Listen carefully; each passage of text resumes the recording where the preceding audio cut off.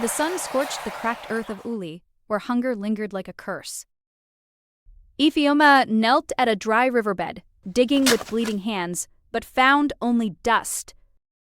Inside her hut, her daughter Nnenna burned with fever, her breaths shallow and fragile. The village elder's words echoed. She needed real food and medicine, but there was none. The rains had failed, the markets were empty, and her husband had vanished weeks ago. Desperation consumed her. Then, at dusk, a stranger appeared, well-fed, lost, carrying a heavy satchel. Ifeoma welcomed him with forced warmth. That night, she fed him roots and leaves, laced his drink with a sleeping herb, and watched him fall into silence. Trembling, driven by Nnenna's fading breaths, she did the unthinkable. By dawn, she had meat. She cooked with care as she always had. Nnenna drank the broth and, slowly, recovered. Color returned to her cheeks. She lived. No one questioned the missing traveler. Ifeoma shared small portions, claiming her husband had brought game. The villagers praised her cooking, rich, tender, unlike anything they'd known. Their hunger turned admiration into dependence. Rumors began as faint whispers, travelers who entered Oji River but were never seen again. At first, no one paid attention. People came and went. It was normal. But slowly, unease spread. A trader failed to reach the next village. A messenger vanished without a trace. Still, hunger was louder than suspicion, and Ifeoma's stall remained full. The rich aroma of her cooking silenced questions. Even those who felt something was wrong kept returning. Survival demanded it.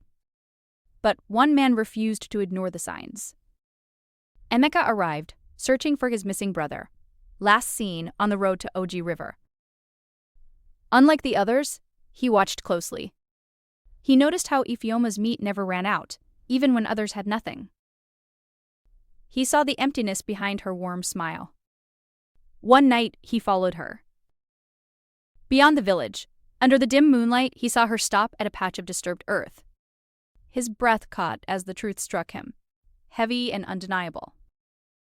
The next morning, the village gathered. Confronted, Ifeoma did not deny it.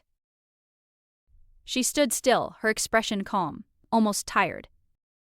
"I fed you," she said quietly. "When there was nothing, I gave you life." The silence did not break easily. It stretched, heavy and suffocating, as the villagers avoided one another's eyes.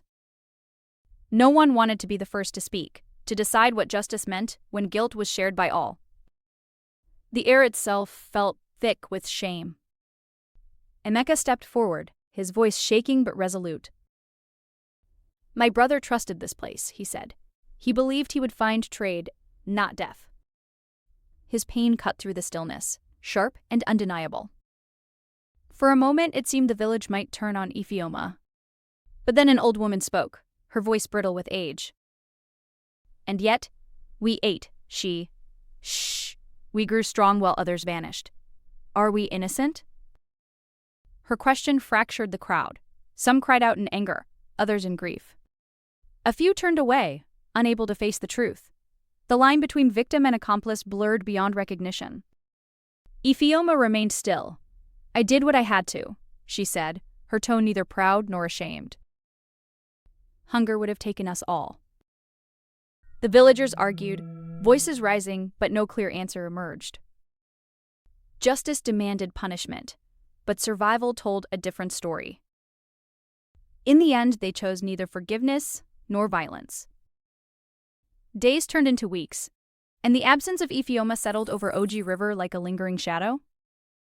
At first, there was relief, an unspoken belief that cleansing the village of her presence had restored some moral balance. But relief could not fill empty stomachs. The food grew scarce again. Pots, once rich with flavor, now held only thin gruel. Children cried through the night, their hunger echoing through the huts. The same villagers who had once condemned Ifeoma now avoided speaking her name, as if silence could bury both her memory and their guilt. Emeka remained, but even his resolve began to waver. Justice had been served, or so he told himself, but it did not bring his brother back. Nor did it ease the suffering around him. He watched as the village weakened, as desperation slowly returned, creeping into conversations, into glances, into thought. One evening, as the sun dipped low, the old woman spoke again. "Hunger does not care for right or wrong," she said quietly. "It only waits." No one responded, but her words lingered. The change came quietly, like a shadow stretching at dusk.